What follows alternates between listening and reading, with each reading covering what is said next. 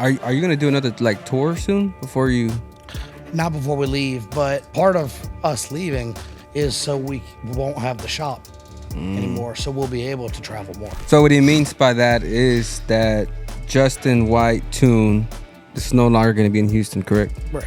So we've made the decision in March to relocate to. What's up, guys? We're at Justin White Tune. Make sure you check out the full podcast on YouTube. Guys, yeah, make sure to go check that YouTube video out, man. Go put it in the comments who you guys want in the next podcast.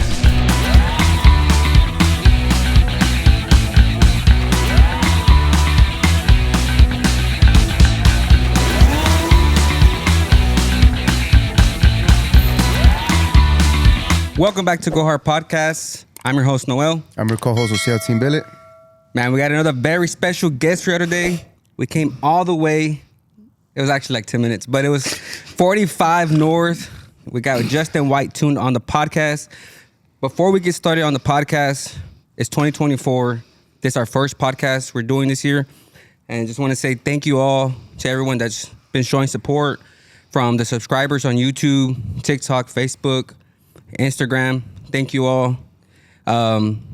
If you're new to the channel, make sure you subscribe and also comment down below who you want on the next podcast. If there's somebody you want on the podcast, I promise you we have reached out. If we haven't had them on the pod, we will have them on soon, or maybe next year, or maybe down the line. But we are working on it, and just want to say thank you. Any words, Ociel? Yeah, man. I mean, appreciate everybody. Appreciate Noel making me, forcing me to come in. I'm just kidding. And, thank you, Noel, for inviting me over here, being one of the co-hosts of Go Hard Podcast. I mean, it's definitely a movie. Definitely, the things that we're doing has been great. And I mean, a lot of shit coming to come up, man. A lot of crazy stuff situated. A lot of things upcoming, and we can't wait. Yep. We outside, but we inside here. But without further ado, let's give it up for Justin White Tune. Introduce yourself, man. I'm sorry, you got the baby. Oh shit, I'm sorry. My name's Justin White, and I tune. All right, guys. That's the end of the podcast. It's in the name, guys. Justin White Tune. Yeah, Introduce yourself. Tell us a little about yourself, your shop, what you do here. So pretty much, we started way back, but way back, what year? boy, when did it start? The tuning? 19 shit or whoa. Like Jesus. Changing the oil for the first time. Like 2011. Okay. 2011. Okay. And really kind of kicked off around like 2015, 2016, because tuning is, it's real cutthroat. Everybody's real cutthroat. So, kind of getting to those first 5 years is, it's gonna make or break you. You're gonna make it or you're not. Yeah. And then we kind of had the idea once me and my wife got together, that I really wanted to travel, because I've always wanted to travel, and everybody kind of shies on travel tuners because they don't really. Because it's not a common thing, I guess. Yeah. But when you feel like you got the skill and you can, we do, and man, we just grew from there. We haven't been traveling as much lately because we had the shop, just kind of finishing up some customer stuff. But that's what we're getting back into. So in 2011, they had the C6 where you started tuning off the C6 platform? Yeah, so actually I worked for General Motors in 08, 9, 10, 11, 08, 9, 10. And then I was the shop foreman by 2010. But I was 20 years old. So we didn't get along that well with the older guys. Yeah. So I ended up getting a job at Techline in Detroit, and that lasted about 2 months because I don't do snow. And, I don't think nobody does here in Houston, right? So as you can tell, 45 was all closed down because people wrecking and stuff, but we don't a little bit of ice.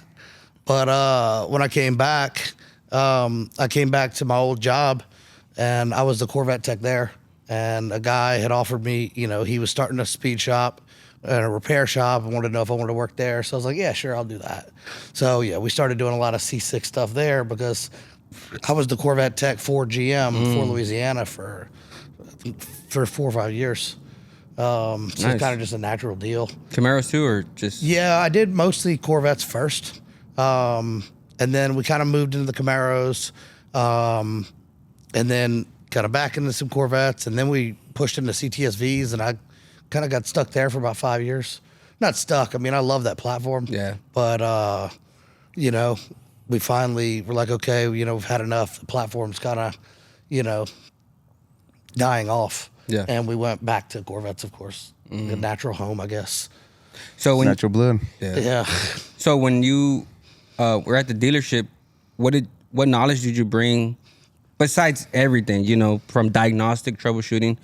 Is there anything that maybe you brought to the table that you see others don't? Yeah, I think that's gave me a kind of a unique advantage because, you know, I was the diag tech. Yeah. And as the foreman, you know, basically read the data, find out what's wrong with it, tell somebody how to fix it. Well, at tech line, that's all you have is the data. So you have to be able to look at the data, interpret what's going on, and tell them what's happening, you know, so, hey, do this, do this. And, well, tuning is similar to that, which I think is why, you know, remote tuning came so natural to me, because all it is looking at the data and interpreting what's going on with the car, and then, you know, Yeah.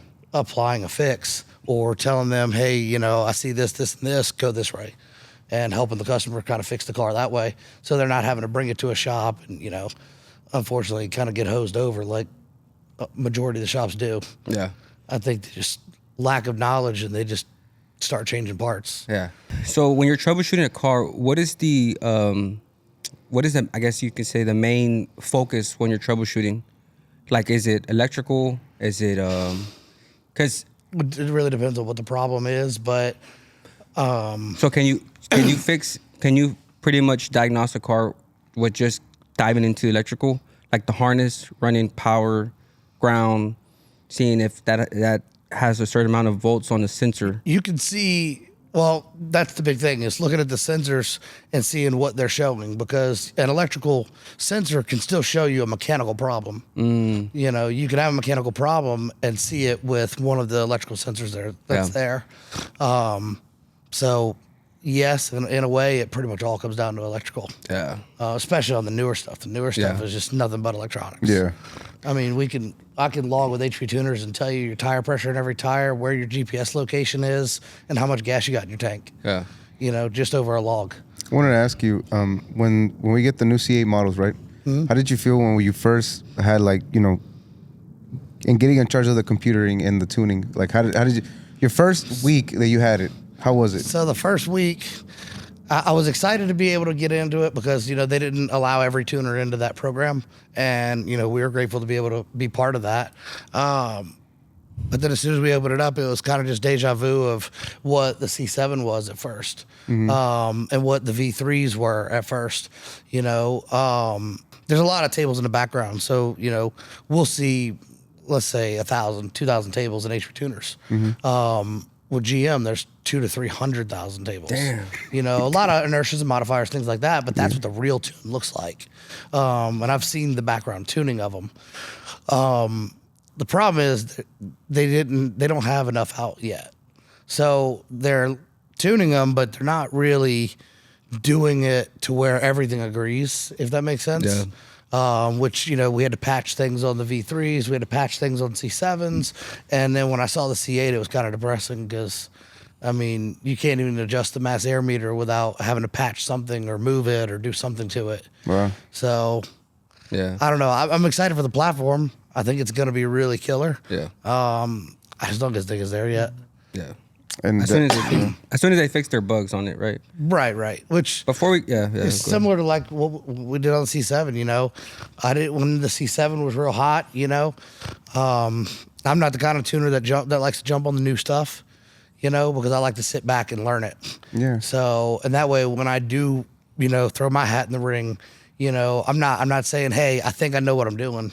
You know, it's, hey, I have this figured out to the best of my ability. Yeah. You know, let's see what this thing can really do. Yeah. And, you know, I feel like we've successfully showed that time and time again. You know, I waited a good while to get into the C7 stuff. You know, not that I wasn't tuning them before, but I wasn't really pushing the platform as hard. 'Cause I was still doing the Vs. And then when I got, actually the customer Jaren's car, the one above us, you know, he was letting us, you know, kind of push a little extra on it. And it was quickly one of the fastest Corvettes out here. And then we did another one, and I was like, it's time for me to just buy one. Yeah. So I bought the Stingray. And Base model? Base model or? base model. Okay. Little toy. Yeah. But, I mean, the main reason for the base model is, you know, if you compare the Z51, you know, to the Z06, they have the same electronic diff. It has the same suspension. It has, you know, pretty much the same everything else except for body panels. The torque tube's aluminum and not carbon, and it doesn't have a built motor. But I was buying the car, I paid $35,000 for the car versus $75,000 for a Z06. Yeah. I mean, it makes sense if you're a mechanic, right? It makes sense to buy a stock. Right. Well, It makes sense if you're going to build it. Yeah, If you're yeah. building it. Yeah. You know, because rods and pistons for that car is $1,800. Yeah. You know, so that's all that has is drop in rods and pistons.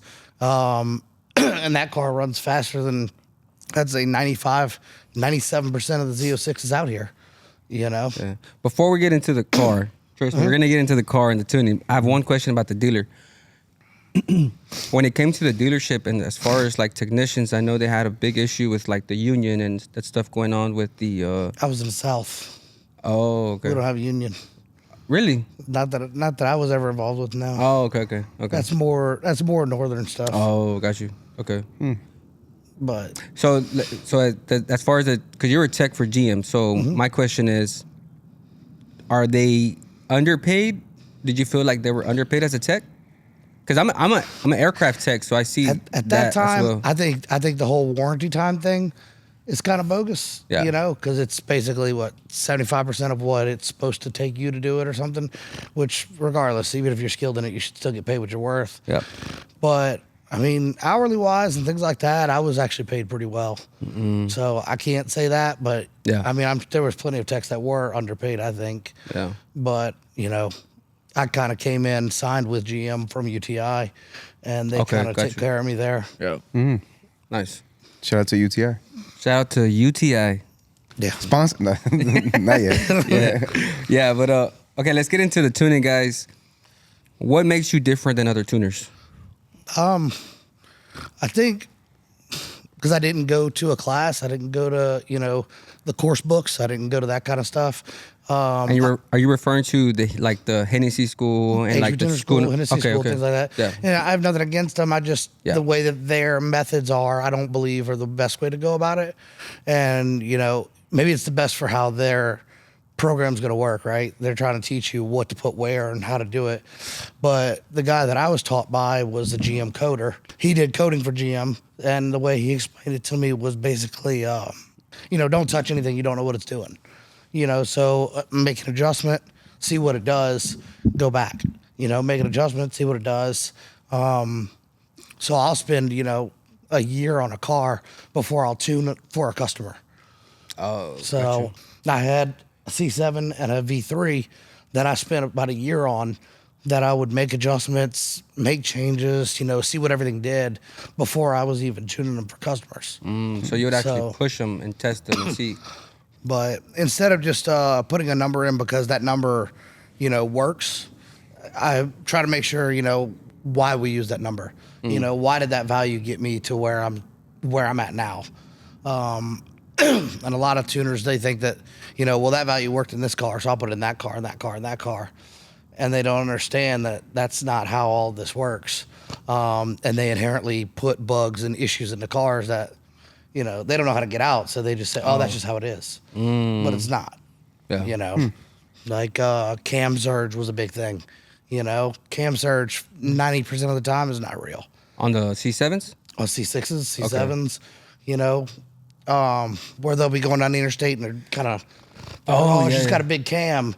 That's not true. Like like, yeah, that's not true. That's all in tuning. You can get rid of Really? all that. Yeah. Wow. Yeah. Damn. They can truck did smooth that. off idle. Yeah. That's because you were missing something. That's That Justin sauce. So when it comes to like a heavier cam, you can tune it to make it like sound like a slower, or is It's not even that. It's that when you're having it fight like that, typically, you know, every operating system is a little different, but typically you have, you know, the mass air and your virtual VE or your actual VE, depending on which operating system. And a lot of people don't scale them both, nor do they scale them individually. And like on the V2s, I used to do that, and I don't do that anymore because the virtual VE doesn't really function very well on it. But on like the trucks and the C6s and stuff, anytime you quickly touch the gas, it goes from MAF to VE and then back. And the smooth throttle, it'll stay on MAF. So what it's doing is you're going in between two, and the fueling's totally different in between the two, and it's causing that surge feeling. Yeah. And then once it surges, it can make itself go back and forth. Yeah. So that injection timing plays a big part in that. There's a lot that could be done to fix it, and most people just don't, or they just claim that's what it is. What are your thoughts on like when people decide to go with like such of an aggressive cam on a mild build? I hate it. No, I hate it more than anything. No. Because, I mean, a lot of times guys they want like a big cam. Big cam, yeah. When they don't need such a big cam. Yeah. They think it's gonna make them more power, but the smaller cam can make them more power. It's because they don't understand how cam works. Yeah. Because all the cam's doing is moving that power band up. Mm-hmm. So you need that power down here on a lot of cars, especially newer stuff that's heavy. Case in point, it's funny, the cam that's in this car, and keep in mind this car makes 1200 wheel. Yeah, nice. The cam in this car is a 217.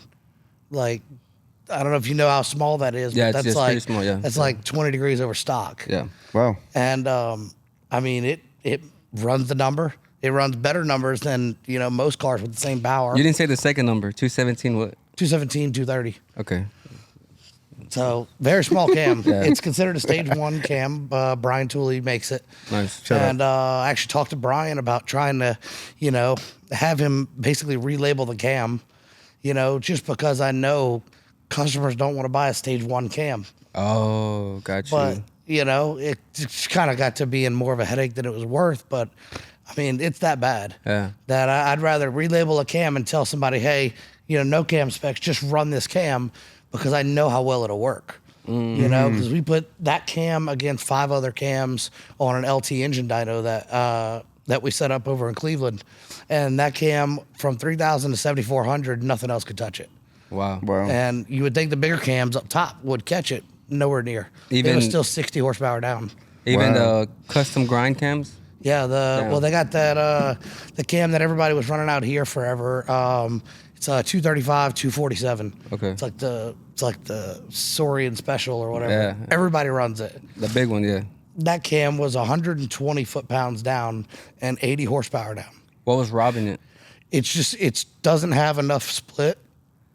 It doesn't have enough split from intake and exhaust, and it's just got way too much intake. So on the short ram blowers like these, the intake runners are really 2-3 inches tall. So instead of a typical 7-8 inch runner, you got a 3-inch runner. So if you have a whole bunch of intake, you get a lot of reverb in the blower. Basically, that just causes it to fight, builds more intake temp, flows. It shows a higher boost number, but it doesn't actually make any more power. Yeah. And then you don't have enough exhaust to get that out anyways. So, was that on stock heads? Ported stock heads. Okay. When we did the test, it was on ported heads. Okay. We did the test with a stock blower, and then I'd put the cam in this car to test it with the 2650 blower. And I mean, it's working, and sad to say, I was told about that size cam like 8 years ago from Rick Crawford, and we all kind of thought he was lying, Yeah. Because who would tell you the secret, Yeah, the sauce, yeah. And he did. Damn. And so when we were doing the cam on this car, I worked with Brian Tooley, and kind of do R&D with him, and I talked with Rick about it, and this is what they kind of come up with. And I'm like, man, that seems a lot similar like the other cams that you'd said run before. Yeah. And had we listened, we would have known, because when they come out with the stage 3 cam, we noticed the CTSVs would start 1.4, 1.5, 60 footing. Nice. And I talked to Brian about that way back in 2015, 2016, and he made the stage 3 torque, which is a real popular cam now. Yeah. And that brought us back to 1.2s, 1.3s, and all it was more split, less intake. Nice. So sound like if what you're saying sounds like it was a good setup for the intake, you know. Well, it's all mainly set up around the intake, Yeah. but you know, even in the turbo world, like her car, you know, it's got longer runners on it. But with the turbo cam, we did the turbo cam testing. You know, it really, to an extent, was just how soon you wanted the turbo to light off. Yeah. You know, up top, we didn't really see any variance in power.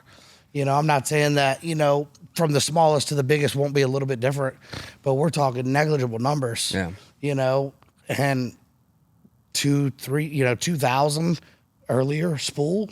I mean, that's significant. Yeah. But that's stuff that, you know, we didn't really have a way to test, you know, way back, or we did, but I didn't have access to it. And, you know, I'm just going off of what I'm seeing at the track. Yeah. So now that I'm kind of have a little more in with some of these other guys that have this equipment, you know, that's where this car kind of came from, was just showing, you know, what the littlest bit of what you can do can actually achieve. Yeah. Nice. When you hear copy and paste tune, what comes to your head? Oh boy, so much. So much that you had to fix, and pretty much I mean, PTSD. sadly, it's a pretty common thing. Really? It was big on the V2 platform. Got you. But what screwed them was, for some reason, GM every year of the V2 had a different operating system. So while the numbers looked the same, you couldn't put this number here because it worked, because they wouldn't work, especially on the transmission. So the 6L transmission got a bad name because people kept saying, you know, it was weak and things like that. And then, you know, we went on to obviously show that that was not the case at all. That's probably the strongest transmission GM's ever made. Wow. And that's what the 6L 6L90. 6L90. 6L80s are strong too, but Yeah. 6L90 for sure. Yeah. You know, but it's really, it's every operating system being different. They would pull a 2010 vial, put it in a 12, and wonder why it won't shift right. You know, and then it's just, oh, it's got to be the trans, or it's got to be this. It's not. It's because you don't understand what you're messing up by swapping that. Yeah. So I think that's what really kind of kept us, you know, kept me out of the whole copy paste thing, because I could see those differences, and I was like, okay, this obviously isn't going to work. Yeah. Because if we could, I mean, we would all copy paste. We- It'd be we- way easier. Yeah. We had people that we interviewed that literally you can have the exact same build on two trucks, but there's always something different between one another. Yep. You agree? Yep. But 100%. Yeah. Very, very, very rarely. Like, I'd probably say maybe 3 times in my whole career could I use the same vial on 2 vehicles. That's out of a lot of vehicles we've tuned. Damn. You know, it's just not common. There's always a lot different, you know, because everything from, you know, friction in the cylinder, you know, to the, you know, how those injectors were drilled when they were made at the factory. Like, all that little stuff does come into play, Yeah. Wow. you know, and yeah, it's supposed to be close, but it's only going to be so close. What's the best transmission GM's put Well, out? they did do the 6L early, Yeah. and then they did the 8L. Yeah. So, I mean, I was always a 6L fan, but the 8L is a really good unit as well. And what do we think about the 10 speeds now? I love the 10 speed, but they can't fit them in there. Yeah. But they have a guy, Sean Hamilton, and he's I think he's down in Baytown or somewhere around there, and he's actually found a way. He's swapping them into the V3s, the older trucks that come with like the 15s. Yeah. That come with 6 speeds and 8 speeds. He's putting 10 speeds in those. Damn. Nice. So, you know, I think the 10 speed of the world's pretty much going to be what's happening. Yeah. Yeah. For You sure. know, and over time. GM and Forward World. Yeah. The 10 speeds. Yeah. Yeah. Well, that's the only one that they've made that's identical. Yeah. Yeah. You know, I think the valve body's different, but that's about it. Have you been working a little bit into Ford? I've messed with the Mustang stuff a little bit, but enough to learn that, you know, Lund has such an influence into HP, and they are so connected that anybody that thinks they're going to compete with that is out of their mind. It's just not going to happen. Like, our 10 speed tables, when they opened all the 10 speed tables for the GM stuff, I'm like, man, that looks oddly familiar. Yeah. And they're like, yeah, it came from Lund. So if you think that you're going to have access to stuff that Lund isn't going to have, you're just you're lying to yourself. Yeah. You know. And then I got to, you know, for me, if I feel like I can't tune your car better than somebody else can, and they're the same price, well then, why am I tuning your car? You know, I don't think that's fair. So I backed out of the Ford stuff. You know, it's not something I'll ever be able to compete with when he runs that market. Yeah, he does. People try to argue it all the time, but like look at what's running. Look at the fastest stuff out there. It's all Lund. Yep. That's you true. know, I'm not saying they don't have a few, but you know, there's reasons that most of them are Lund. Yeah. So Damn. And what's on the stock trans, the 8-speed for the C7? What's the most power it can hold? I'd say reliably. Or you can build them to. You can build them too. No, I'm saying what power can you build them to hold the most? So there's a weird issue on the 8-speed. They have a shell in them. It's a steel stamp basket that's got some like triangular or diamond shaped windows in it. And sometimes when you're doing a burnout in second and you lift and it goes to shift third and you get back in it, if you time that right, you'll be the winner of a shrapnel. Really? So the top clutch will grab that basket and it'll tweak it. Oh, and damn. it rips the case apart. Damn. Yeah, I was actually doing some tuning when we He were actually did it, so he knows now. Well, we've seen it a few times. We did Tim King's car, and he was making about 1,600, and we were at Cadillac Attack, I think last year, and left out. It left out in second really good, shifted third, made the shift. You could hear the shift, and then it just sounded like a bomb went off, and it come through the floorboard, hit the track. The trans hit the track. 2 weeks prior to that, Messing around, man. 2 weeks prior to that, when we were testing his car before, it blew one up. Damn. Just on the side road. Wow. He was kind of just rolling into it and it poof, scattered. So that was 2 within a month's time. So And that's how much? I'm not saying it's that common. Yeah. I'm just when you start making the big power, it makes it a lot more common. But dealing with Circle D, they claim they're talking to somebody right now that's looking to redesign that. If they redesign that, I think that trans will be pretty bulletproof. Yeah. And your go-to trans builder? Well, I actually build transmissions myself. Oh, damn. But I messing work with around. Circle D and I do R&D with Circle D as well. So outside of me, them. Yeah. If you come to his shop, he's not passed around, man. He's all in hands, man. Yeah. He gets everything working. You He's come- like, he's like, nah, bro, I got you. No, I'm gonna take it to my homie neighbor. No, he said, I got it, bro. He got Everything, the work, right? everything. Everything. Good shit, man. Yeah. Because I'm not gonna lie to you, man. I hate that, man. You come to a shop, oh, I did it. Oh, I got you. And then you see your truck or your car next to another building. I was like, motherfucker, could have just taken it to you, that guy instead of you. Charged me twice. Yeah. But good for you though, man. You do everything hands on. Yeah. They got, V2s. I seen a Mustang outside. There's a Mustang out there. That's one Mustang. Yeah. But anything else? It's a good buddy of mine, Casey. Oh, okay. So he just, needed it done and told me we'd get it done for him. Nice. It's good. But yeah, for the trans stuff though, mostly it was really just because we wanted to go for records and stuff like that, and you can't pay somebody to build your transmissions if you're trying to go fast with them because you're gonna go through a few of them. Yeah. Justin's like, man, let me start ripping it apart, see what I could do. That's 'Cause, pretty much how it we're about to works. hit, 2K That's plus or good, though, something. We man. better learn this stuff real quick. Yeah. Yeah, forcefully, right? Yeah. So yeah. So what's the most your trans can hold? Our last 6L90 held 1,700 for 90 passes and didn't burn any clutches. Nice. So for any other GM trans, I think that's, next to impossible. And how long did it last? Year and a half. But Hell taking it to yeah. the track all the time? Yeah. Damn. That's nice. Yeah, and it was in a 4,400 pound car. So And what do you charge to build them for that? depends on which one. For that application? The trans that's like in her car Okay. should be the more normal one. That was more of race only. Yeah. But hers made 30,000 miles, making 1,400 wheel. And we pulled it 6 months ago maybe and brought it to Circle D. We tore it down and everything was perfect. Nice. So, but that's about $5,200. 52? Yep. Damn, nice. So Hell yeah. Guys, if you want your trans built and you keep breaking trans, go to the right guy. He's here. Justin here. White Tune. It doesn't work, dude. Does it work? You've got the V2 C7. You Get gotta it done. build and tune it though. That's Build the and problem. tune. Yeah, he builds and tune. Don't think you're gonna come, just get the build it. trans and leave and expect another tuner to touch it. He got Nah, dude. and make sure your tuner has the computer unlocked as well. And, you know, Look. no, but yeah. So if you want your car done right, your trans done right, get with the man right here. I wanted to ask you. I want to bring some sauce into the podcast if you don't mind.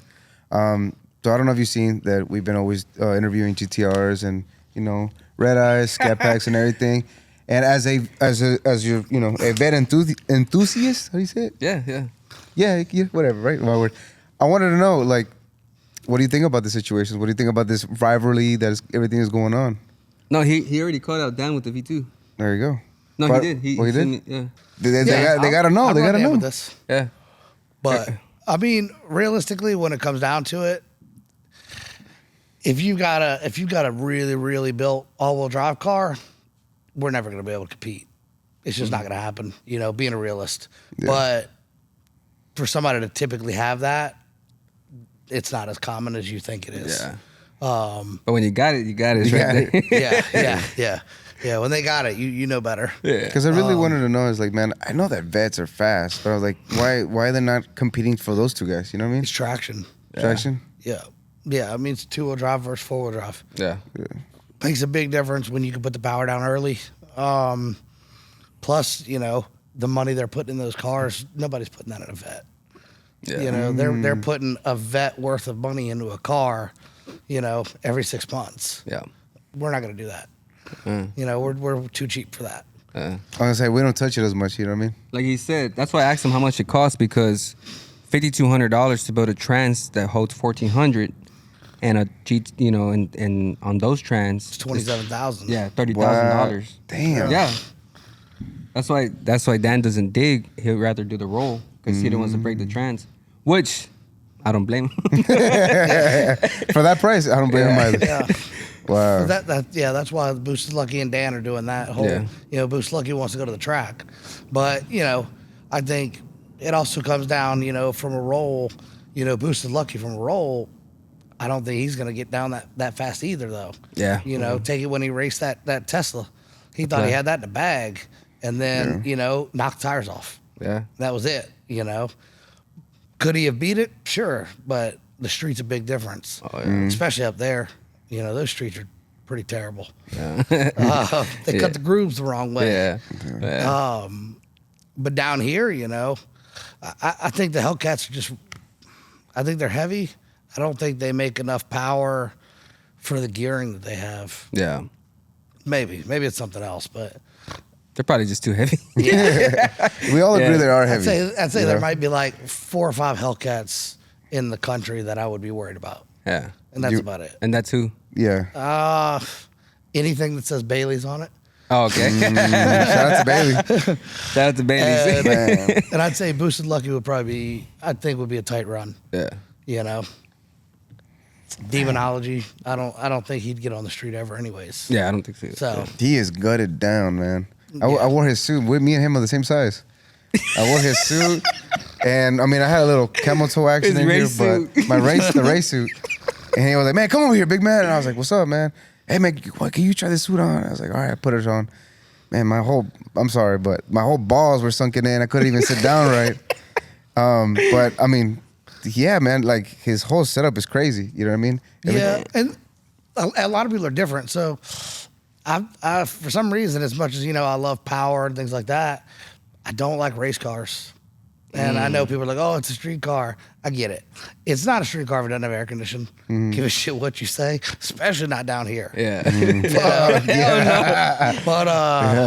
But like I like full interior car. If you have to sit there and start ripping your whole car apart just to go fast, to me, I feel like it's not worth it. Yeah. Neither of these cars are gutted. Neither of them have anything taken out of them. Full interior? 100%. Down. 100%. Wow. That car's 3,800 something pounds. That car is like 4,500 pounds. Down. They've never had anything taken out of them. Only added when we put a cage in this one. Yeah. Oh, word. and you know, to each their own. Like, yeah, you can pull yeah. weight and you can go faster, and that's cool. But that's not why I bought that car.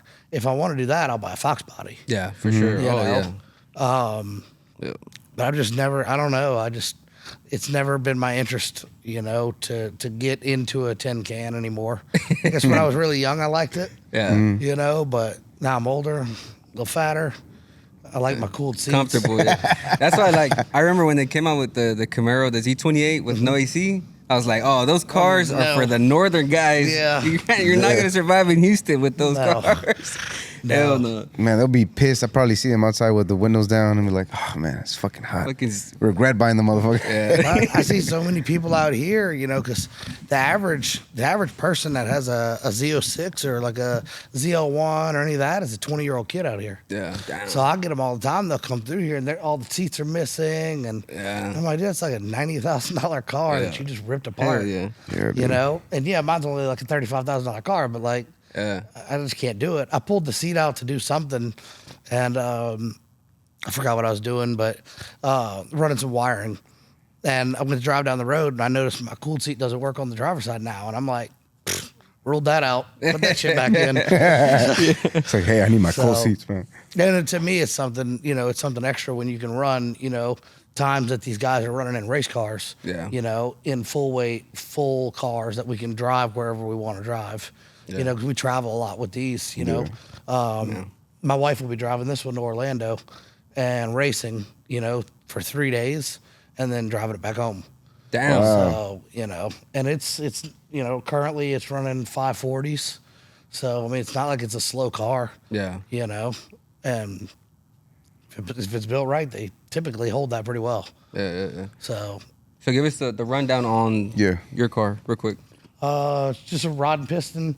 Circle D did the converter and the trans on it, so it does have built trans in it now. They wanted to do some R&D clutches in it, so nice. Yeah, sponsor. Yeah. But Ultimate Engine did the motor, because even though I did rods and pistons, I'm too scared of that Compstar rod, so I had them put an Ultra H in it. Nice. But it's still stock LT1 crank. 2 high PSI. Hooked us up with a 10 rib setup, port injection. Magnuson blower 2650, not ported, with just a 103 on it. And what else? And supported LT4 heads. Nice. And it makes about 1,200, runs low fives, back to back to back. I've done 360, 60 to 130 with it on the street out there. Hell yeah. Even though everybody tried to deny it. Then I went out in the frozen weather and that was recently, right? Yeah. I did that 3.6 and they're like, oh, that's no way that was on the street, blah, blah, blah. And I'm like, it's 39 degrees outside. But that's fine.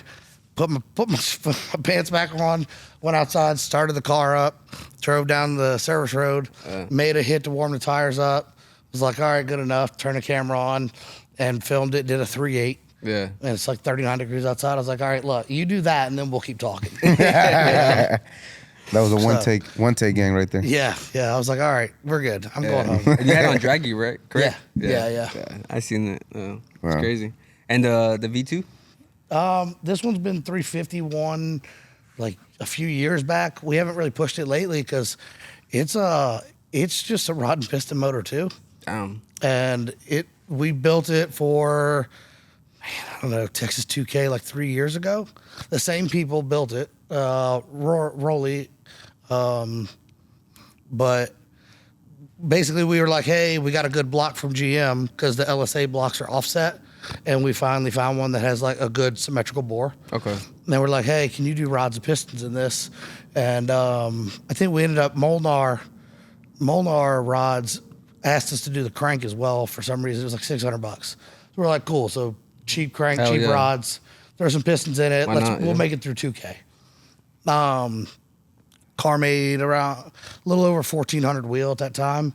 And we're almost 40,000 miles later. Damn. Yeah, nice.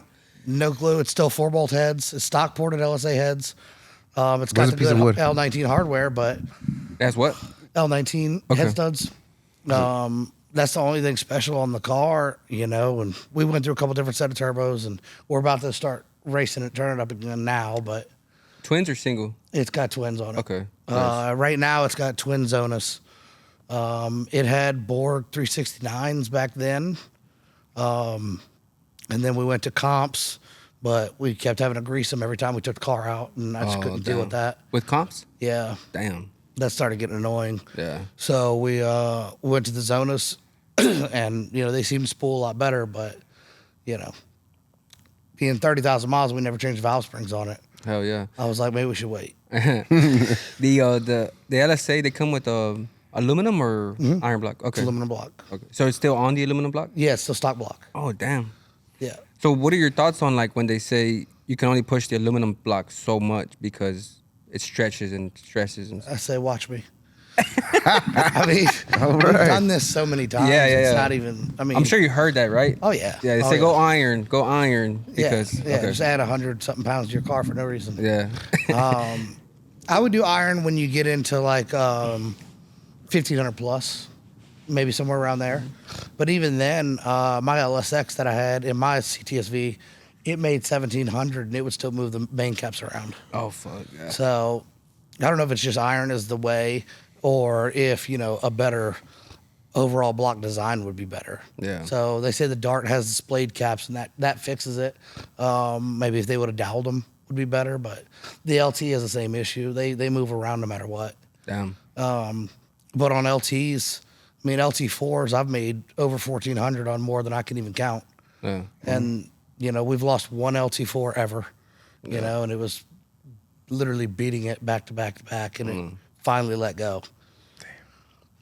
Since we're on the subject, there might be someone watching the show that they might not know. What's the difference from the LT4 and the LT1 engine? Rods, pistons, crank are all different. The crank is very close, very similar. The rod is a pretty weak design on the LT1. It's not the weakest, right? It's still a pretty solid H-beam, I believe, where the LT4 is an X-beam, they call it. But the piston is significantly stronger on the LT4. The LT1 was never really meant to run with boost. And this one actually, when it was stock, she drove it around for, I don't know, a few weeks. I drove it to the gas station and it blew up on the way. Damn. Never even got it in a boost. I was cruising to the gas station and it just melted the side of a piston. It was mad today. Yeah. It was mad. It just seems to be the LT1 stuff, they're good in A. Again, working with Tully on some of the stuff and seeing what's been done. He's making 780 on a stock bottom end. Damn, nice. In A, which is pretty crazy. Prey Performance, he makes crazy combos.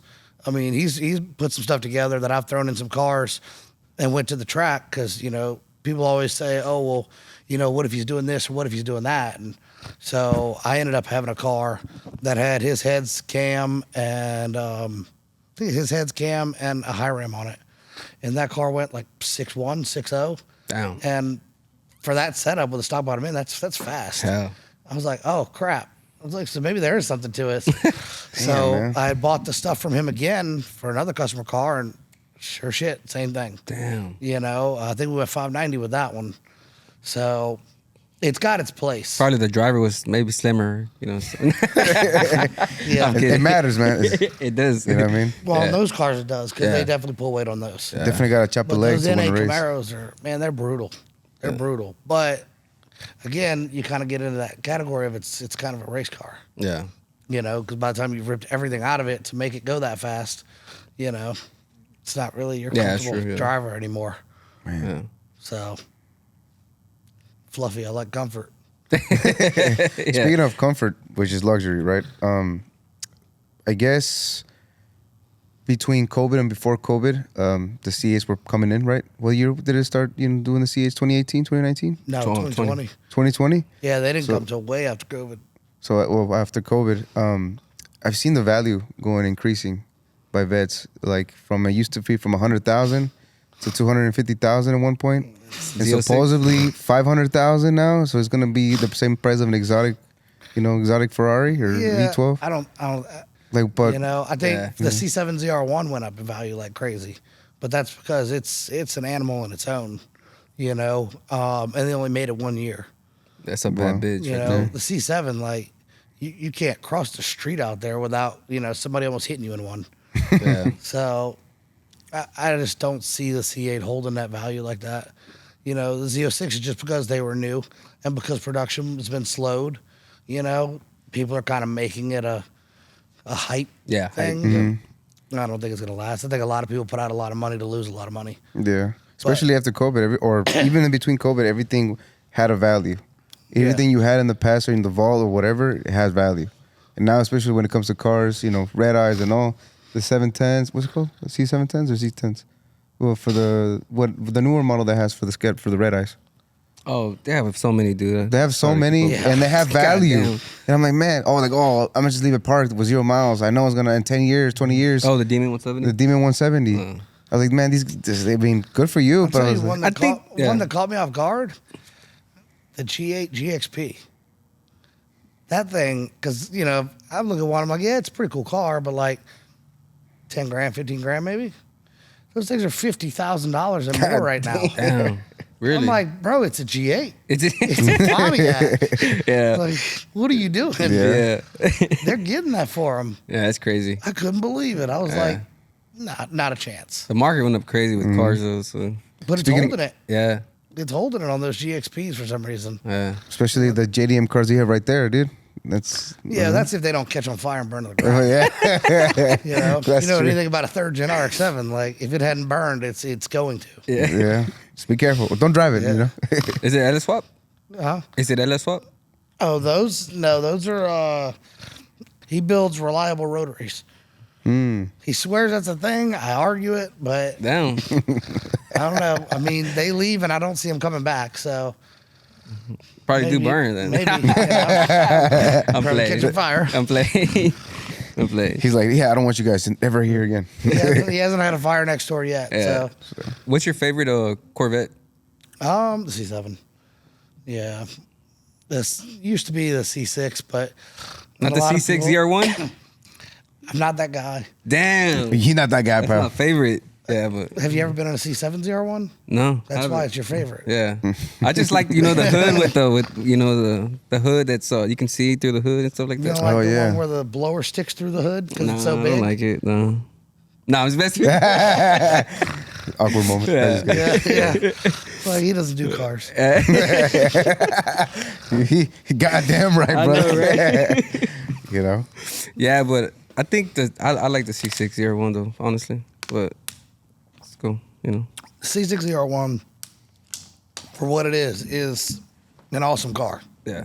I mean, but to say that it's better than a C7 ZR1, Oh, yeah. given technology and just the engine platform itself, I think you'd have to lie to yourself to say that. I don't think it's a bad car, because Yeah. I mean, I think the LSA was one of the best engines ever made. The LS9 is a perfected version of that. Yeah. But the LT, the LT just kind of shits on LS now. I mean, You think so? Oh yeah, the power that they make with the ease that they make it, it's hard to compare. So, okay, so let's backtrack. Show me LS show me an so 800 horsepower stock bottom end LS3. Yeah. I can show you 5 or 6 of them in an LT1, Yeah. probably more. So your you're on your page it says LS LT, right? Mm-hmm. So LS or OT? LT, right? I mean, LT's king now, yeah. So do you think? Well, obviously the LS came before the LT, but they kind of that's where the motor came from, the LS. Oh, of course. So Debate it. no, I'm not debating. I just wasn't his You're saying, opinion. you're on it. saying the LT can't be without the LS. Right. Right. Yeah. Well, it couldn't be without the small block, but that's still a piece of shit. Yeah. Yeah. You know what I'm saying? Yeah. That's why they revised it. Yeah. They revised it. So the whole deal about the pump on the engine and the pump behind the engine and stuff like that. The high What's pressure side? Yeah. I mean, What's the big deal with that? the main reason, the LT is what it is because of the direct injection. Yeah. That's also where, let's say, 90% of tuners fail, is they don't know, nor do they take the time to learn injection timing or window or things like that. And that's why they'll do a car like this and claim it makes 1,200 horsepower, and then I'll catch it on a service road making 800 and blow its doors off. Yeah. And they're like, man, what happened? Like, you don't make nearly what you think you make. Yeah. But with the direct injection, I mean, it wasn't a wrong path. You know, it's what gives them the ability to run, 12-to-1 compression if you want. That's a blower car that will drive on pump gas to Orlando, and it's 12-2-to-1 compression. Couldn't do that on LS because it wasn't efficient enough. Yeah. They could take more timing. They could take more cylinder pressure. They're just overall significantly more efficient. And then you get some hillbillies that'll throw some injectors in it and turn that stuff off, and you might as well have just might as well just put an LS in there. Yeah. So we do, I am a fan of the port injection, but I keep it to a minimum. So I'll run direct right to where it's happy, within a little cushion of error for cold weather, and then we'll port whatever we have to from there. Got you. But the least amount of port possible, obviously, is better. Yeah. That's right. That's the answer I was looking at. Why you thought the LT was better than LS? It's just efficiency. Okay. Canted valve heads factory as well. I mean, the ports are that freaking big factory. Because you see a lot online that GM went wrong with making the LT because it's direct injection and this and that. Yeah, but what are your thoughts? Why do you think all these other cars are direct injection? Yeah. Look at a Coyote. Well, the Ford, the Coyote. Yeah. Coyote comes direct and port. Yeah. So does the ZR1. C7 ZR1, I think GM screwed up by not giving us both, Yeah. But after seeing how they accomplished the C7 ZR1, they probably should have left it alone anyways. Yeah. But it's just all about efficiency. If you take away the direct injection, then the head design helps, but it's going to be pretty much the same thing. Yeah. But I think that's where the big shine comes from. Okay. You'd be surprised how much direct injection really, really helps because it's spraying directly in the cylinder as that air's coming in, and it essentially supercharges the charge coming in. Yeah. So it makes everything so much more efficient. You can put so much more power in the cylinder. Nice. What is the highest horsepower they've made on the LT? Oh, over 2,000. A little over 2,000. I know. I think Tim just made 2,200, something like that. 2,100. Man, I'm sure they've made more than that. Damn. That's crazy. I haven't seen it or heard. I mean, that's why I asked you because I haven't even heard about it. But no, it's just because the LT is not as common yet. And you still got a lot of people that are, saying that the high side and all is such a problem, but it's because they're not figuring out how it works. Once you kind of get it all to work properly, and it's a learning curve, but I mean, once you learn it, you won't want to be without it. Yeah. You'll definitely want it. Yeah. If you're out there trying to figure out and learn the process, stop what you're doing. Come to Justin. He already figured it out. I'm sorry to say, right? I'm not saying we know everything, No, I'm but, just no. No. But yeah. But do you consider yourself one of like most dedicated C7 in Houston? In Houston? Yeah. Or that's in the country? Yeah, there's nobody in Houston that's going to compete with us. We've already done that. Oh shit. In the country? No, there's other guys out there that are good. Yeah. There's other guys out there real good. Top 5, maybe? Maybe. Top 5 C7 builder? I'm not that guy. Yeah. I'd rather let my cars do the work, Yeah. So we've definitely, mod for mod, we've shown.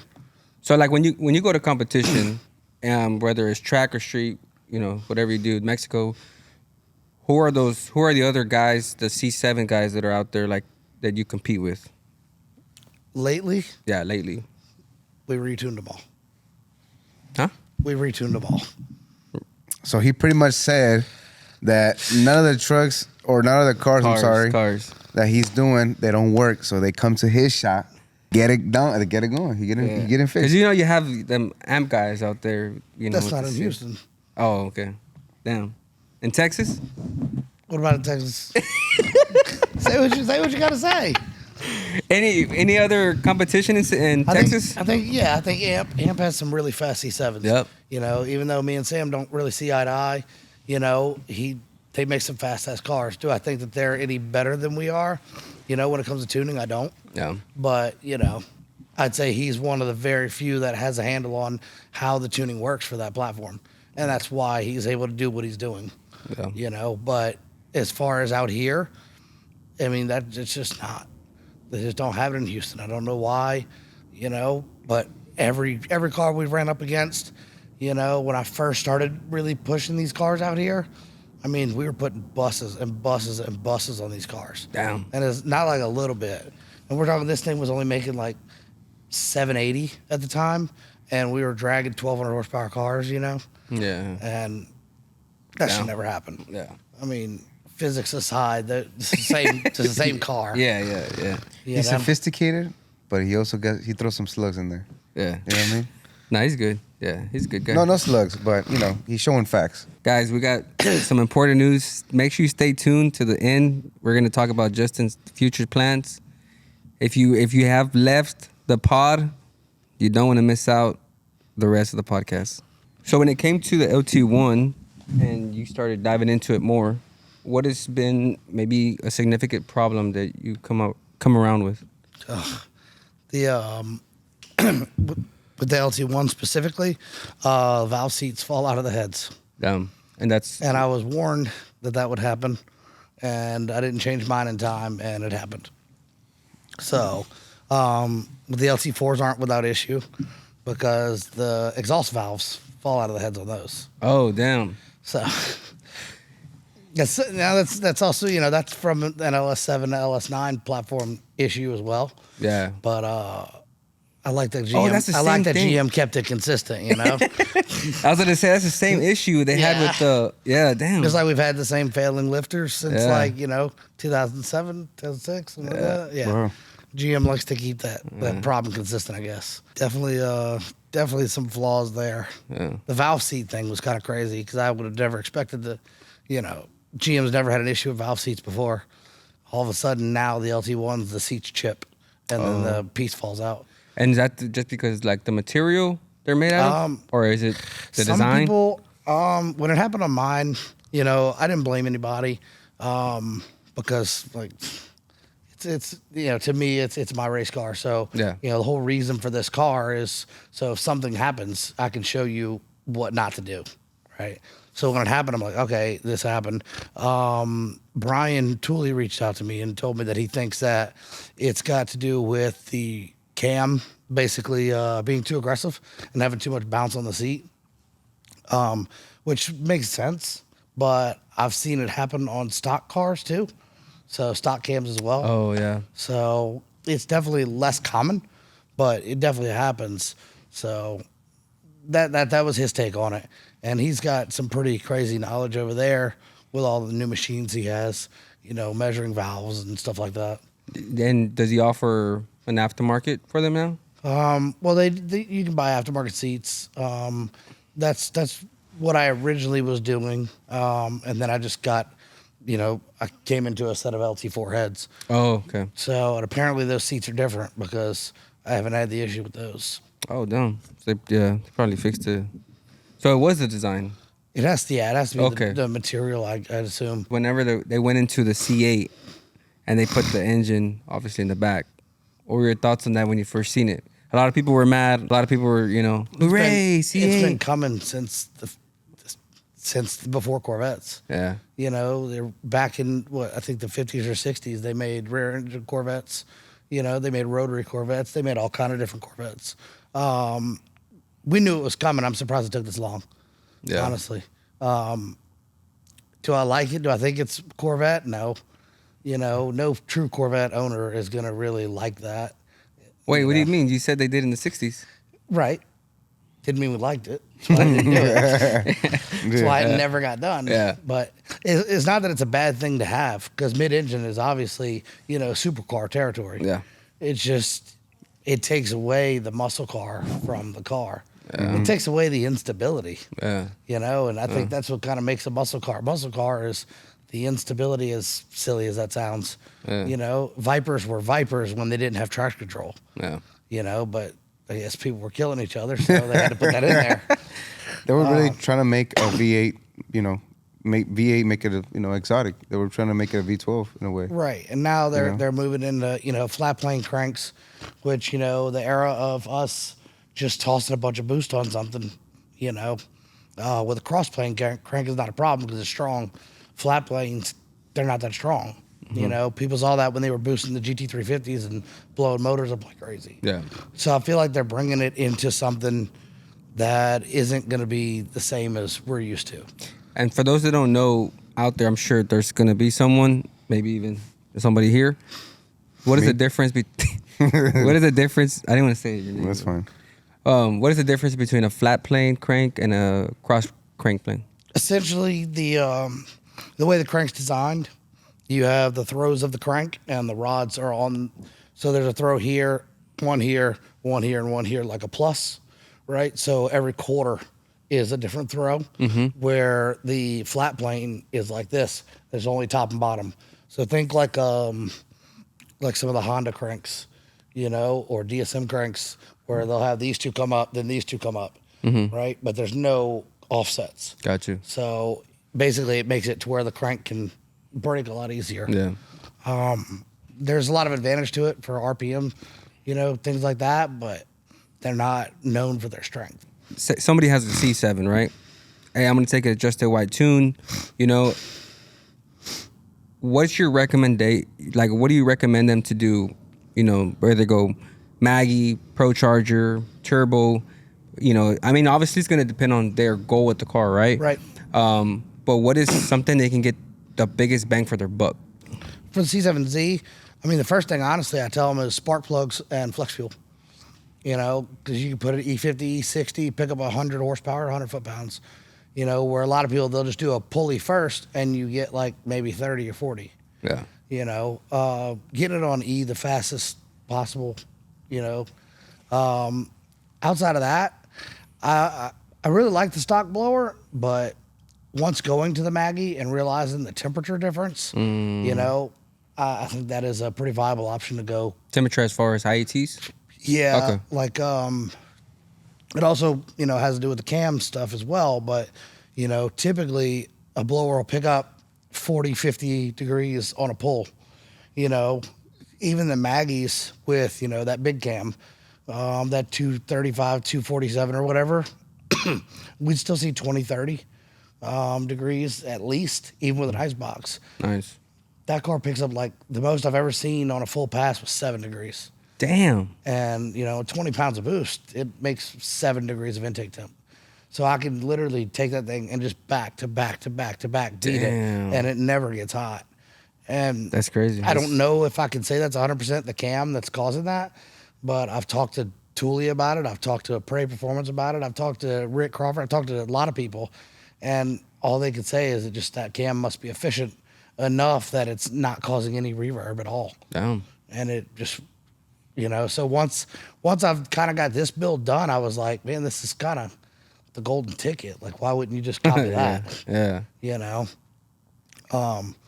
There's not that many vets in the threes that, And what does this build cost, to be honest? Like, if somebody wants to drop it off, hey, I want that Justin White car, mock, exact same. Justin sauce. I'd say labor and all, probably 60, 65, give or take. Okay. Which may sound expensive, but like I've raced a lot of $70,000, $80,000 builds that aren't even near, Yeah. that are barely getting in the force. Yeah. And what's their name?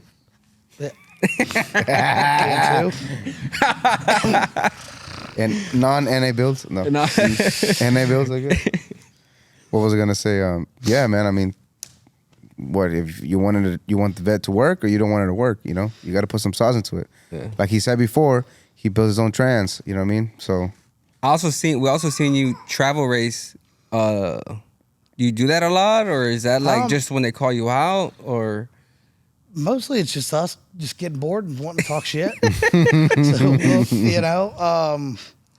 The first time we ever did it was my wife's supercharged car, and it had it had a 200 shot on it, made like 800, then maybe 1,000 on spray, and we were like, hey, let's go to California. Damn. So we Hey, we Lamar on travel board. all over.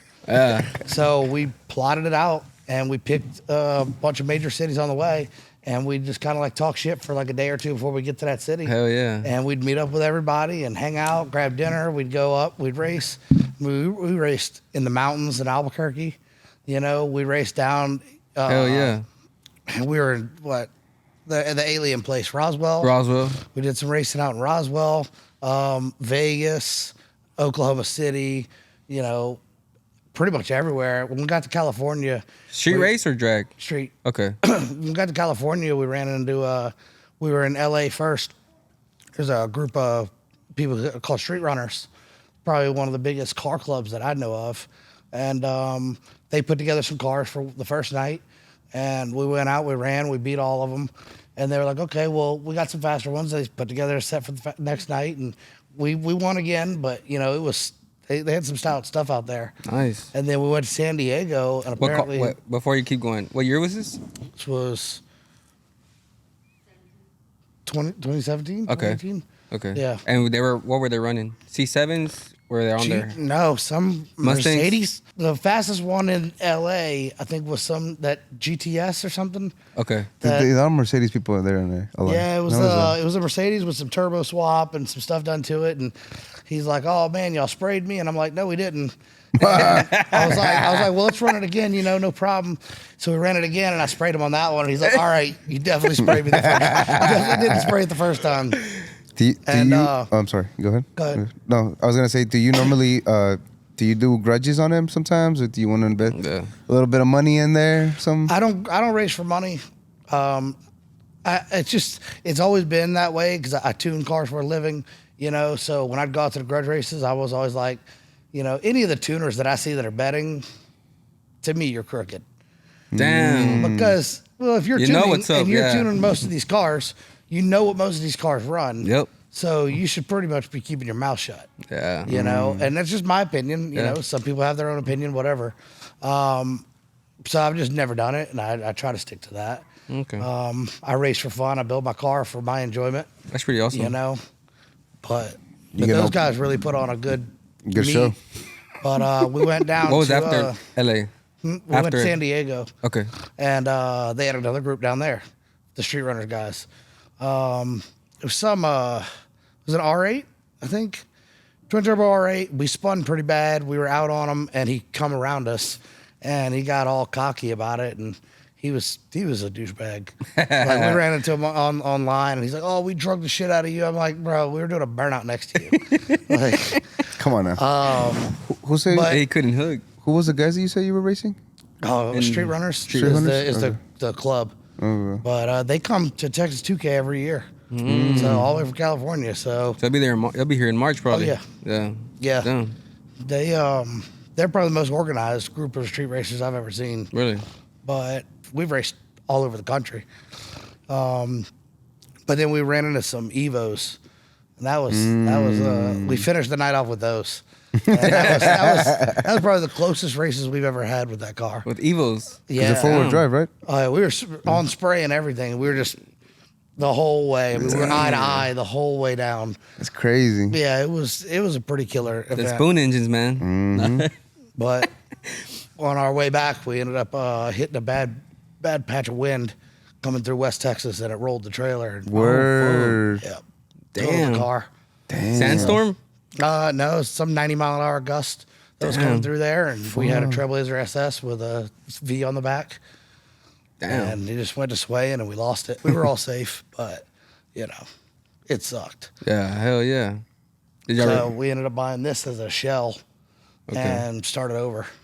Damn. Crazy. So Any, it happens. Yeah. So we seen you out in we seen you on Instagram doing a little street racing last week. Can you give us some sauce on that? Last week was one of those bored moments.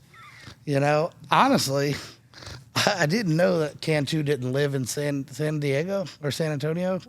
I kind of thought he lived out that area. I think Victoria. Yeah, well, now I know that. Oh, okay. Yeah. So I thought he was out that way, and some guys were saying they were coming from Corpus, going out to San Antonio to race.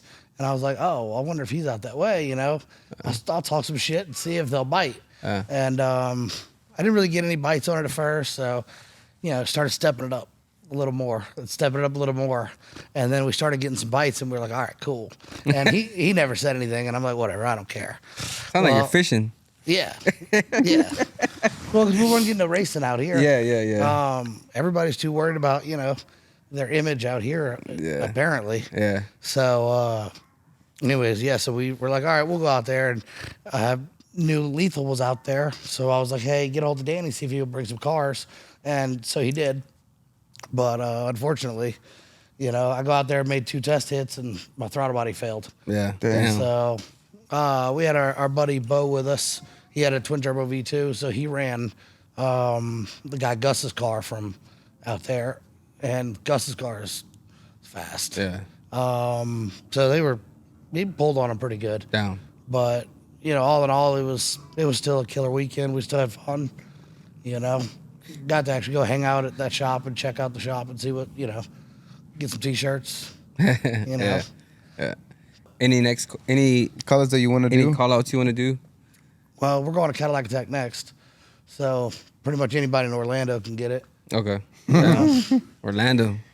He's coming from here. We're on we're street, so roll stuff. I don't want to dig on the street, and I definitely will be digging at the track. And if you know anything on these cars, there's a pile of rear ends over there for a reason. He ain't messing around. No, yep. There's 4 of them over there now. Yeah. We've already went through. You know what that means, right?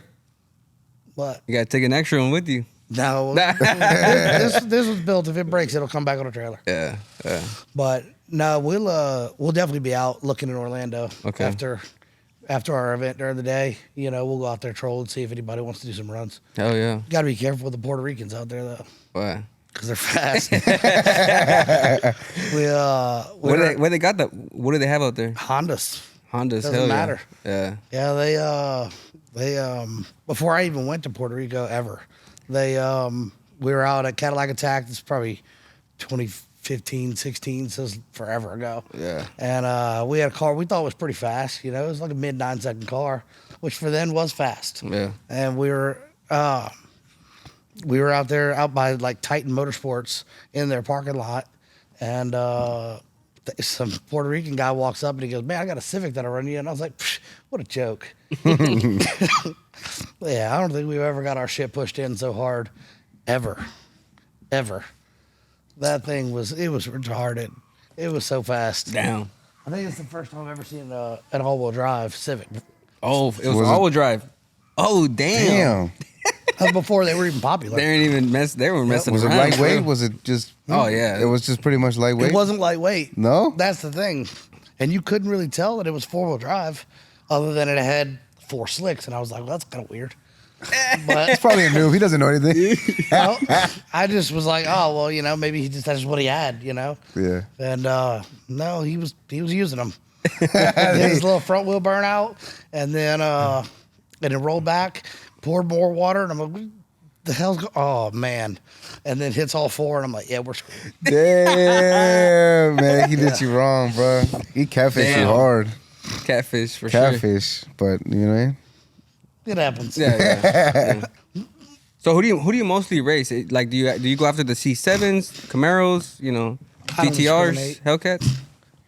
Honestly, I try to race everything. Okay. Doesn't matter, because once you've run so many people that claim they make so many different horsepowers, you kind of just think they're all full of shit anyways. Yeah. And for the most part, they are. Like I said, for what this car does on the street, to have a rear-wheel drive car that can run a mid-3 on the street is not common. Yeah. It's very, very, very uncommon. Yeah. So, it's hard for me to believe that there's many that are going to really just walk away on it. Yeah. But I don't mind racing all-wheel drive stuff because I don't mind taking a loss because, every now and then they mess up too. Yeah. So, you never know. It sounds like to me that the numbers really don't matter to you, Like the horsepower numbers. No, because a lot of these numbers are peak numbers. Yeah. You know, a lot of these guys are like, oh, you know, think of like a Pro Charger car. You know, oh, he made 1,300. Yeah, well, I made 1,200 at 4,000 RPM. You made 1,300 at 6,000. Yeah. You know, and then when you're at 4,000, you make like 8. Yeah. Yeah. So that whole mid range, I'm gone. Yeah. You're gone. So there's a lot of that. There's also a lot of still trans tuning that people really struggle with. You know, Yeah. they struggle with the 8-speed stuff too, and the trans tuning's big. You know, on a C7ZR1 at the track when we were the first one I ever did. You know, we ran it without a trans tune, and the car went like 970 something, and then I loaded a trans tune that I had been working on before, and the car went 940 something, and it was the first bolt-on record. Damn. Just by doing a trans tune. I mean, that's how big of it. A lot of people think the 8-speed doesn't have a lot to gain. It's significant. Yeah. I wanted to ask a basic question, a really basic ass question. Because you're a tuner, right? Obviously. What do you honestly prefer, street tune or dyno tune? Street. Street. Why is that? Can't compare. Weight. You think the average roller's 3,000 pounds? You know, that thing's 44. Damn. So how are you replicating the motion of that car? You know, yeah, you can play with the load, but it's never the same. I agree. I've dynoed so many cars and, you know, showed people. I'm like, all right, you see it's dead on, go run on the street, and it's half a point leaner. Damn. So I don't mind the dyno for something that makes big power that we're trying to, like, I guess, trying to get it dialed in quickly. What's big power compared to you? 14, 13, 14. Okay. Yeah, I guess that's relative now, isn't it? Yeah. We hear big power. We think of like 2,000 or some shit. 3, yeah, 2, 3. Yeah, well, remember, street cars, Yeah. race Yeah. cars. Yeah. Street car. Yeah. To throw something on the dyno, you know, just to get it kind of close. Yeah. I prefer that and then put it on the street. But ultimately, I think street tune's significantly better. Are you gonna do another like tour soon before you? Not before we leave, but part of us leaving is so we won't have the shop anymore, so we'll be able to travel more. Make an intro about that. Introduce what's going on. Oh yeah, for sure.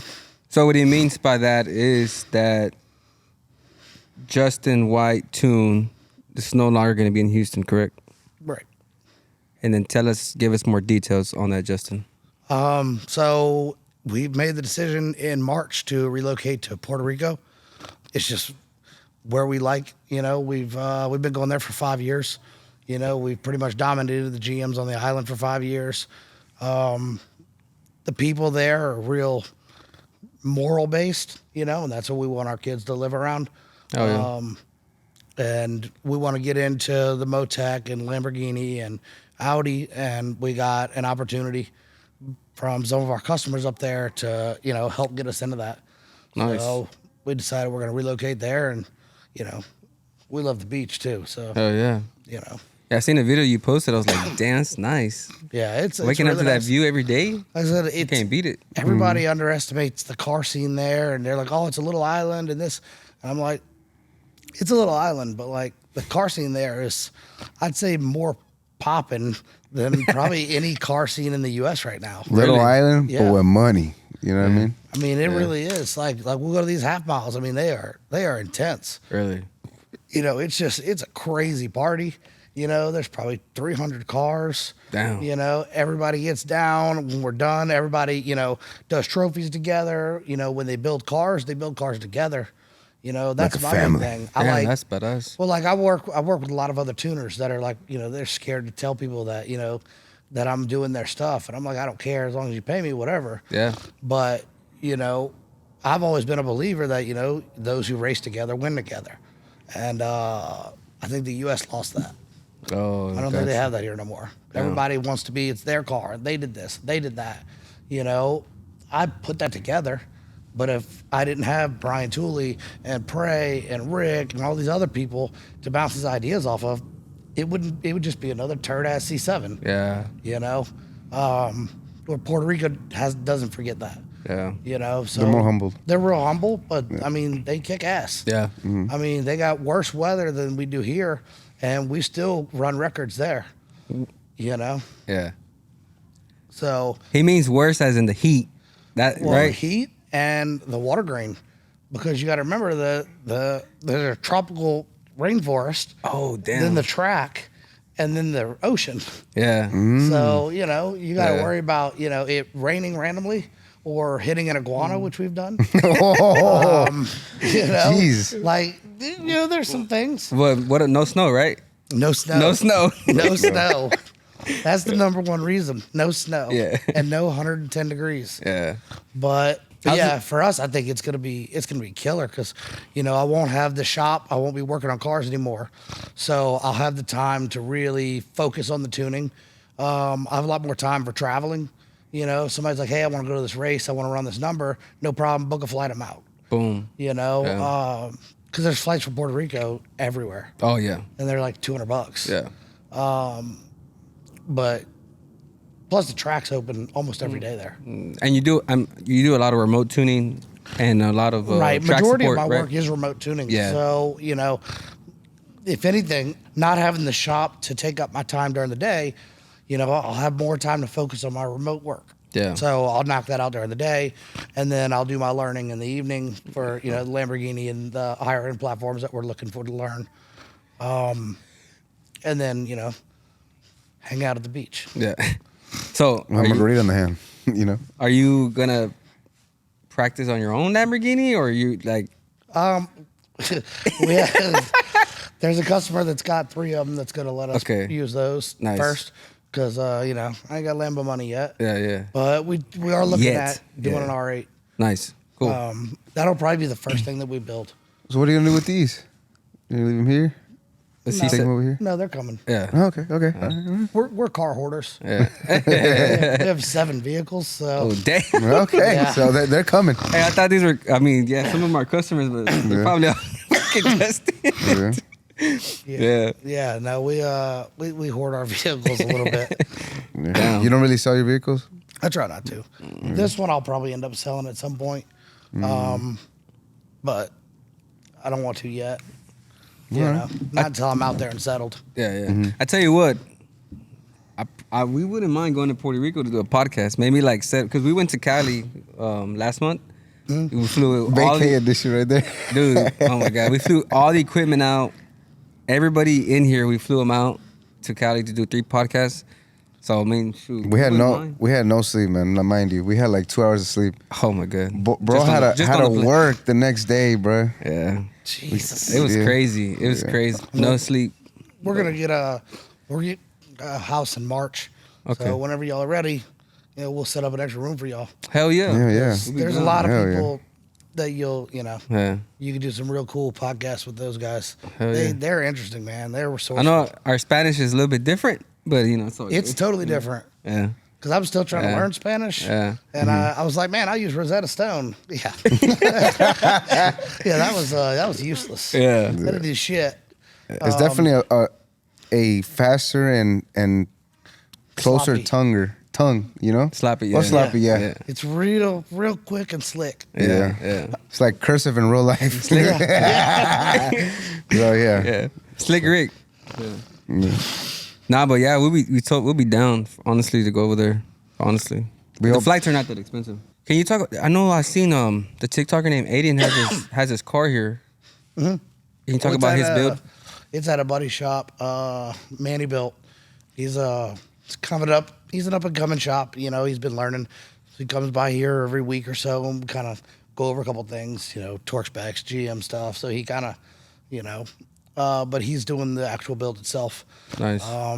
It's gonna be it's an LTR 427. Maxed out everything pretty much. Damn. Yeah, he's got CID heads, twin turbo.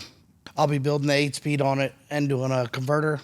He wants to go power glide, but we're gonna deal with the 8-speed first. Power glide. Damn. Well, because on the rear That's a ends, lot. Yeah. You said power glide. the rear ends they typically fail no matter what. So like this one's got a wave track in it, but the stubs are still stock. So the stubs are the next thing. So it just kind of gets annoying. And being that he's, not the mechanic, how many times do you think he's going to want to fix it? Yeah. So eventually that's the route he'll go. But, I think it'll be insanely fast. Rowdy, It is. yeah.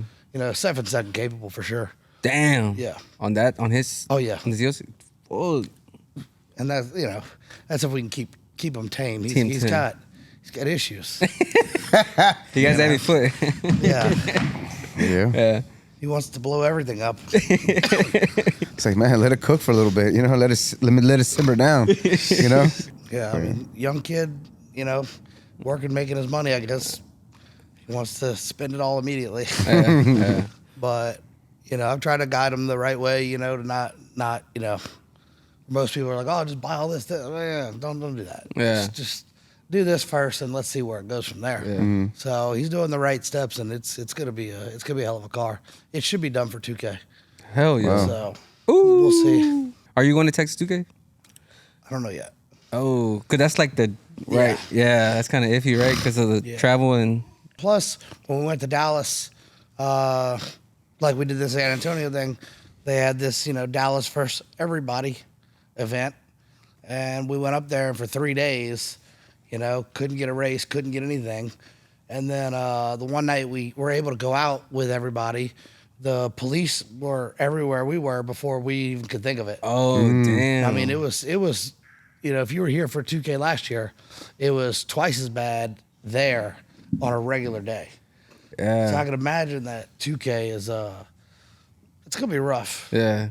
Damn. Like, if you're not at the track, like, I just don't see the street stuff happening. Yeah. It seems like Dallas has that pretty locked down. Yeah. Hey, Johnny, bleep this out.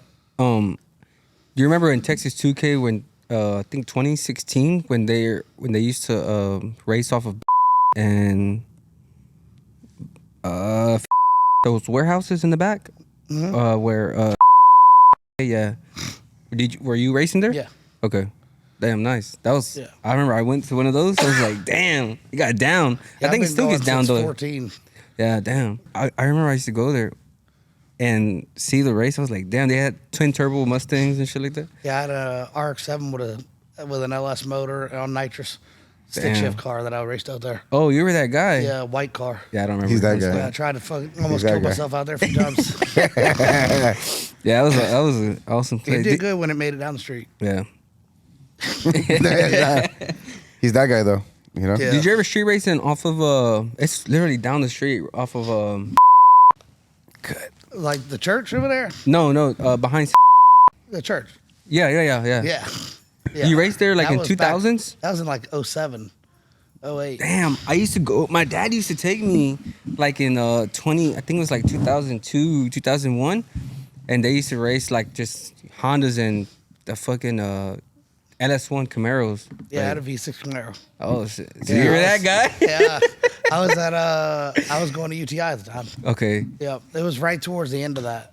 If you're in Houston, you obviously, if you were a racer back then, I wasn't a racer. I was just a little kid. But if you know about Rankin, St. James, it got down. 2001-ish era.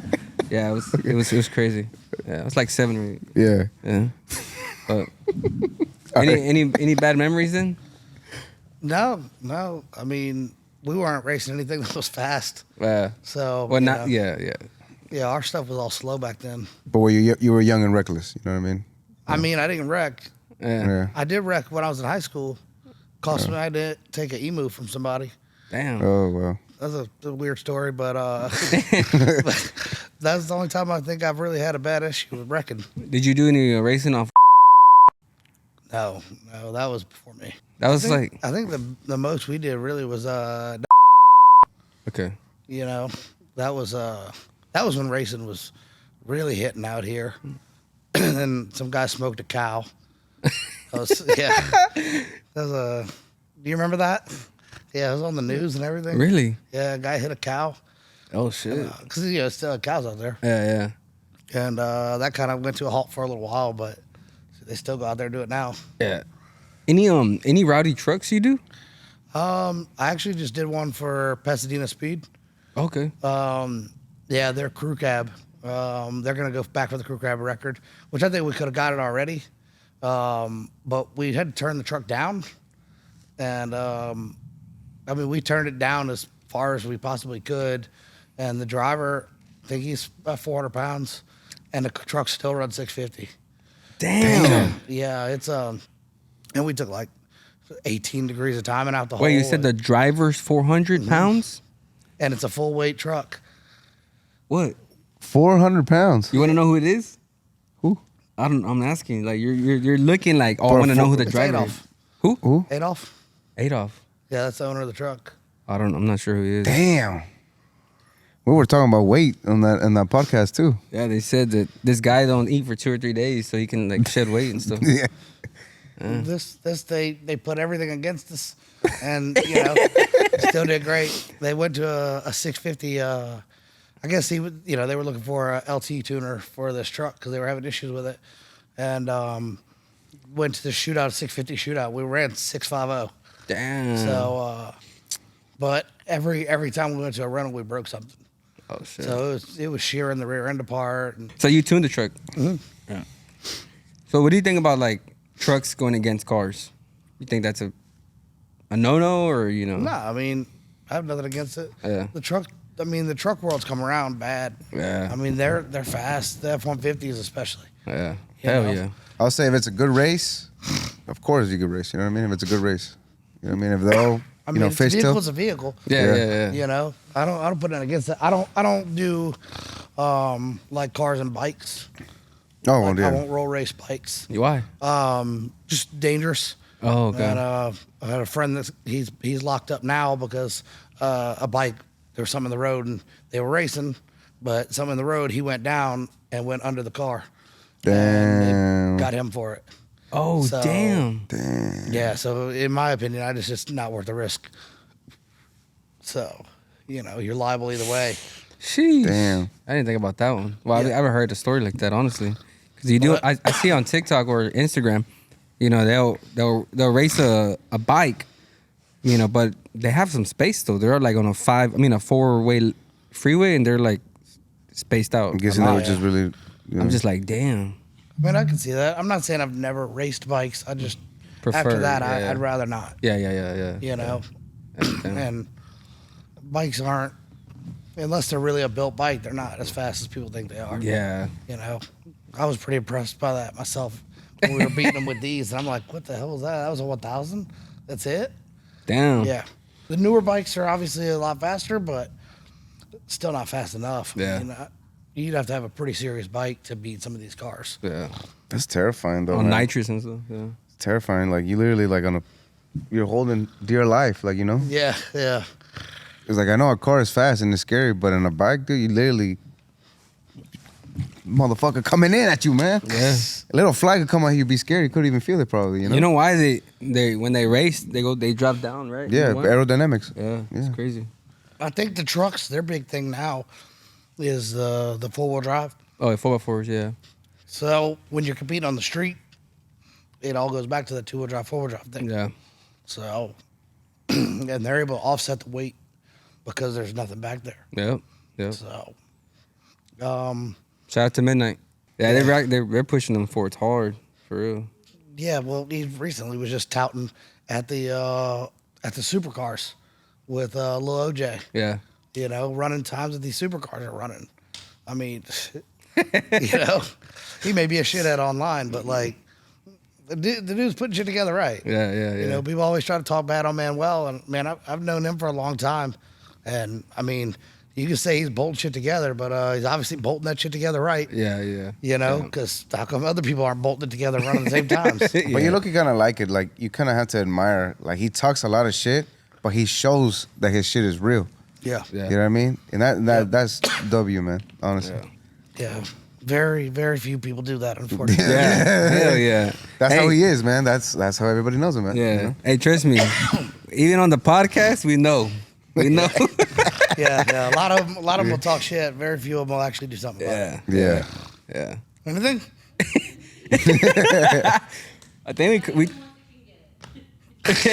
Yeah. Orlando, don't bitch out. Oh. Don't bitch out, Orlando.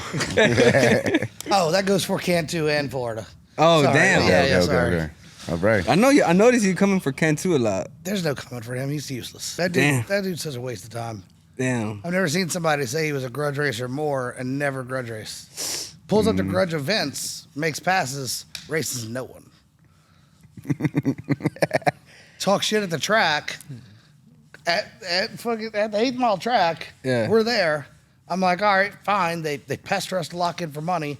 Somebody from the sideline was like, fine, I'll put the money up. Cool, no problem. Make a test hit. We come back around.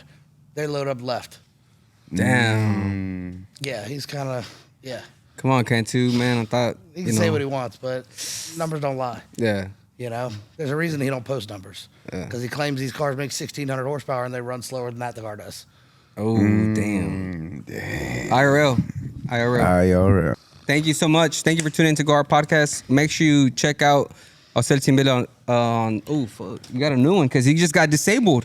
No, His I got account got disabled. I got it. Criminal. Osiel underscore Timbele too? I got it. No, I still got the main. What the hell? I got the main and I got the second one, but the main is kind of on works. But follow me on Osel underscore Timbele 1 and 2. But what is it? It's 1 and well, just 2. Let's just do like I have one, Still but I have the confusing. 2. Yeah, no.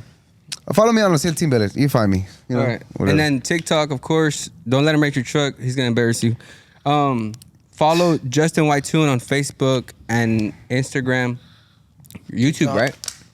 YouTube? We don't do YouTube yet. Okay. We're going to do that once we get to the island. When he gets to Puerto Rico, he's gonna start shooting a bunch of content. And also Iguanas. Huh? Iguanas. And also you check them out. Have you eaten iguanas? Huh? No. Do they I eat haven't 'em eaten over tree there? chicken yet. Yeah, they do. Yeah, right. Yeah. I'll try some. I'll get some when y'all come down. Okay, cool.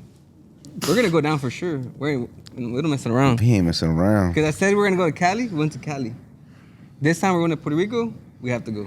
What am I doing at like an end of the year? Six. Oh my! See, the guy's fucking. Oh, he's well, fucking around. well, I mean, all you right, want- guys. Check out Go Hard Podcast. I was saying to be hyped. On TikTok, YouTube, all the shorts. Make sure you check it out on Instagram, Facebook. We're also on. You can hear the full audio on iTunes, Spotify, Apple Music, everything. Make sure you check it out. Thanks, guys, for tuning in. We're going to Puerto Rico. Peace. Woo!